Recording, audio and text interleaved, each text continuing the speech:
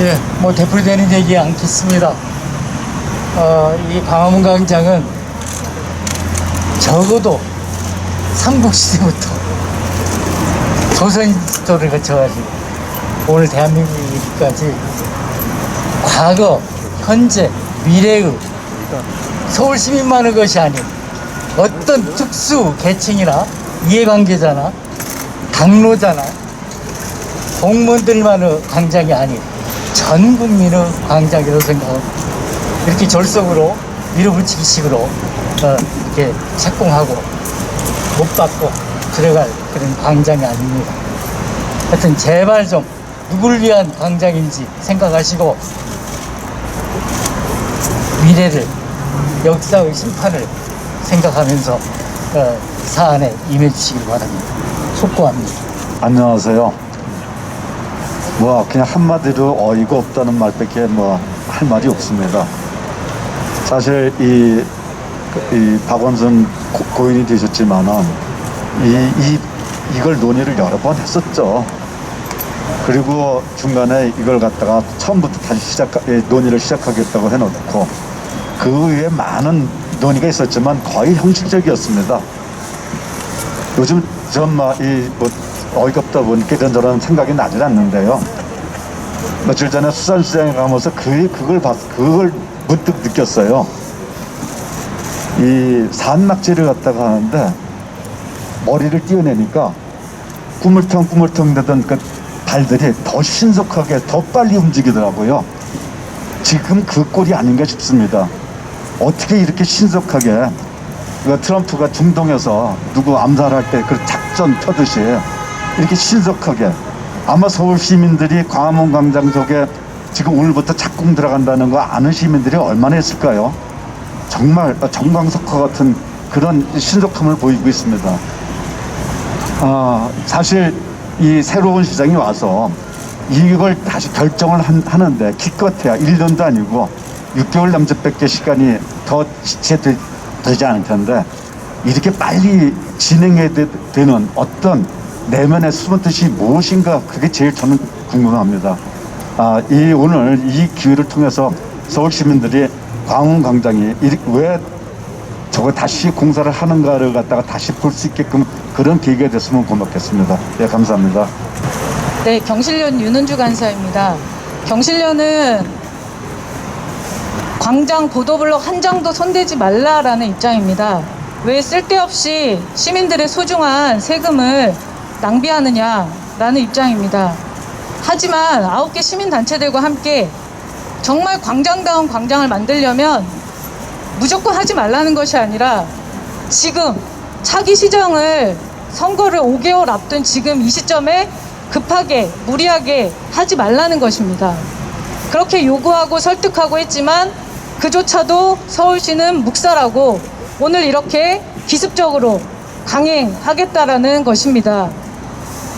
도대체 이 사업에 대한 오세훈 시장 때도 그랬고 박원순 시장 때 또 새로운 시장이 들어와서 다시 광장을 손대려고 한다면 이 사업에 들어간 예산의 낭비와 사업의 실패는 누가 어떻게 책임질 수 있겠습니까? 무조건 밀어붙이기 식으로 하는 것이 공무원의 성과가 되어서는 더 이상 안 될 것입니다. 저희는 이번 광화문 광장 재조성 사업의 이런 무리한 추진에 대해서 관료들의 책임을 끝까지 물을 것이고 반드시 이 공사를 중단시킬 수 있도록 여러 가지 행동을 취할 것임을 밝힙니다. 서울시는 지금 즉각 당장 멈출 것을 강력하게 촉구하는 바입니다. 예, 우선 서울시에게 공개적으로 질문을 하려고 합니다. 저희들이 시민들이 일단 나눠드릴 건데, 첫 번째가 아까 평창도 주민들이 말씀하신 것처럼 저 공간 안에는 다양한 이해관계들이 얽혀 있습니다. 그 이해관계들을 풀어나가는 것이 바로 소통 과정입니다. 실제 물리적 공사를 하기 이전에 저희들이 평일을 중심으로 부분적으로 차량을 좀 제한한다라든가 아니면은 대중교통 중심으로 간다라든가 하는 다양한 사회 실험을 통해서 시민 합의를 만들어 가자고 제안을 했었습니다. 그럼에도 불구하고 전혀 고려하지 않고 물리적 공사에 급급하는 이유가 무엇인지 밝혀야 합니다.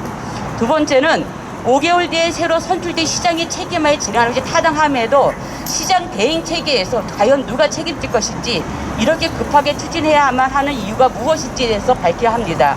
세 번째는 서울시는 2016년도부터 300여 회 시민소통했다 주장했습니다. 이걸 굉장히 허구입니다.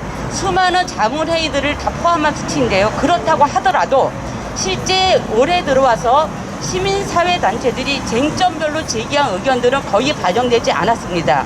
실제 서울시는 2020년도에 들어와서 진행된 시민소통 과정과 결정 내용들을 모두 공개하여서 현재 서울시의 계획이 무엇에 근거했는지 제대로 밝히기 바랍니다. 마지막입니다. 서울시는 2012년부터 보도공사 클로징 10일이라고 동절기에 공사를 금지하는 내부 방침을 가지고 있습니다. 이에 근거한다라면 오늘 서울시가 발표한 광화문 광장 도로 확장 공사는 내부 방침을 위배한 것입니다.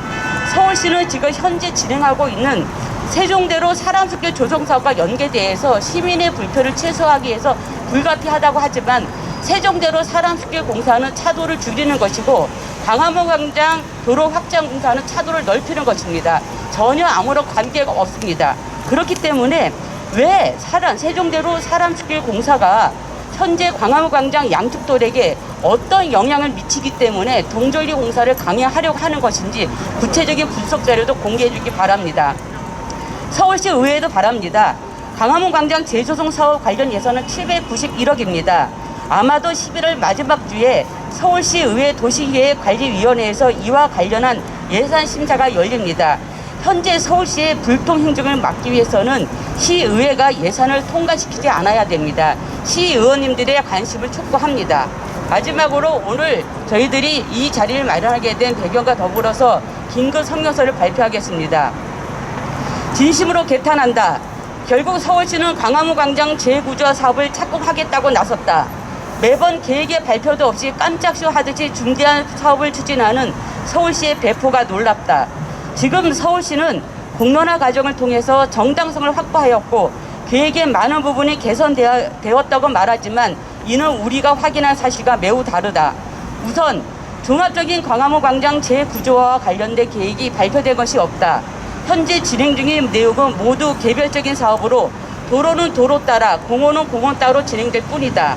이는 서울시의 공고나 고시에도 2019년 9월 잠정 중단 이후 발표된 내용이 없다는 데서 확인된다. 현재 서울시가 추진하고 있는 사업들은 모두 2019년 1월에 발표된 국제현상 공모작의 후속 조치를 해왔던 것이다. 즉 서울시가 말한 공론화는 허울이었다. 이런 상황에서 공사를 착공하겠다고 나섰다. 우리는 과거 이명박 전 시장이 서울 광장에 당선 설계안을 무시하면서까지 잔디강조나 밀어붙였던 과정을 기억하고 있고 또한 오세훈 전 시장이 과시용 광화문 광장을 조성했던 과정도 기억한다. 과연 지금 서울시가 하고자 하는 광화문 광장 재구조화는 그것과 무엇이 다른가? 우리는 이런 사태에 묵과하지 않을 것이다. 수차례의 대화 요구에도 꿈쩍하지 않는다면 과거 북해안 정권을 몰아냈던 그 광화문 광장에 다시 설 수밖에 없다. 마지막으로 간곡하게 요구한다. 당장 착공을 중단하라. 2020년 11월 16일 광화문 광장 재구조화 졸속 추진 중단을 촉구하는 시민사회단체 일동.